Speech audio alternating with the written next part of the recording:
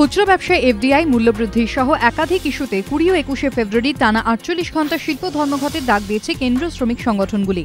ধর্মঘটকে সমর্থন জানিয়েছে বামেরাও। শনিবার হুগলির মহেশ্বরের সরকারি সভা থেকে বামেদের কার্যত চ্যালেঞ্জ জানিয়ে মমতা বন্দ্যোপাধ্যায় বললেন, কোনো অবস্থাতেই তিনি বন্ধ করতে দেবেন না। জোর করে বন্ধ করতে চাইলে প্রশাসন কড়া ব্যবস্থা নেবে। খুচরো ব্যবসায় এফডিআই সহ কেন্দ্রীয় সরকারের যেসব সিদ্ধান্তের বিরুদ্ধে এই বন্ধ ডাকা হয়েছে সেই ইস্যুগুলো যে তিনি সমর্থন করেন এদিন তাও বুঝিয়ে দিয়ে মুখ্যমন্ত্রী বলেন, এসবের বিরুদ্ধে আন্দোলন চলতে পারে, কিন্তু কোনো অবস্থাতেই বন্ধ নয়। গুরুদাস দাশগুপ্তের প্রতিক্রিয়া, ধর্মঘট নিয়ে তারা জোর করবেন না, তারা আশা সরকারও জোর করবে না।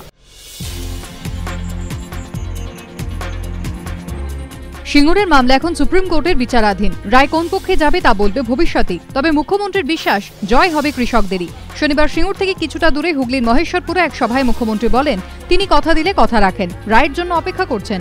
সিঙ্গুরের কৃষকদের তিনি জমি ফিরিয়ে দেবেনই। রাজ্যে শিল্প আসছে না, এই অভিযোগে সরব বিরোধীরা। সম্প্রতি হলদিয়ায় আয়োজিত বেঙ্গল লিডস নিয়েও সমালোচনা শোনা গিয়েছে বিভিন্ন মহলে। তবে এদিন হুগলির সভা থেকে মুখ্যমন্ত্রী পাল্টা দাবি করেন, রাজ্যে যথেষ্ট শিল্পের পরিবেশ রয়েছে, প্রচুর বিনিয়োগ আসছে। কৃষিতে গৌরব ফেরানোর পাশাপাশি সিঙ্গুর থেকে রাজ্যে শিল্প বিপ্লবেরও ডাক দিয়েছেন তিনি।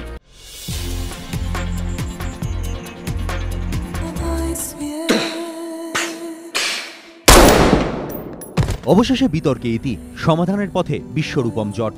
শুক্রবারই দেশ জুড়ে হিন্দিতে মুক্তি পেয়েছে কমল হাসানের বিশ্বরূপম।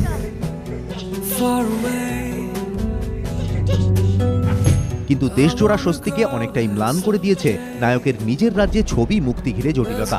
সেই জটই এবার অবসানের পথে। চেন্নাইয়ে কয়েকটি সংখ্যালঘু সংগঠনের প্রতিনিধিদের সঙ্গে এদিন বৈঠকে বসেন কমল হাসান।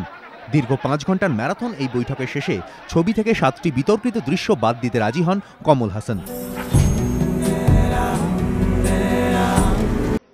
এরপরই বিক্ষোভ প্রত্যাহারের কথা ঘোষণা করে সংখ্যালঘু সংগঠনগুলি। কলকাতায় পা রাখা হয়নি সলমান রুশদি, সমালোচনা ঝড় উঠেছে সব মহলে। ঘটনায় ক্ষুব্ধ প্রবীণ চিত্র পরিচালক মৃণাল সেন। তিনি বলেন, এই শহরে বাস করছি ভেবেও লজ্জা হয়, শরীর খারাপ করে। শুক্রবার রুশদিকে কড়া ভাষায় আক্রমণ করেন তৃণমূল সাংসদ সুলতান আহমেদ। সুলতানের মন্তব্যের কড়া সমালোচনা করেছেন লেখক আবুল বাশার।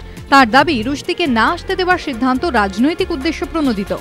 রাজ্য সরকারকে বিধেছেন নবনীতা দেবসেনও। তার প্রশ্ন, দিল্লি, মুম্বাই, বেঙ্গালুরু পারলে কলকাতা রুশদের নিরাপত্তার ব্যবস্থা করতে পারে না কেন?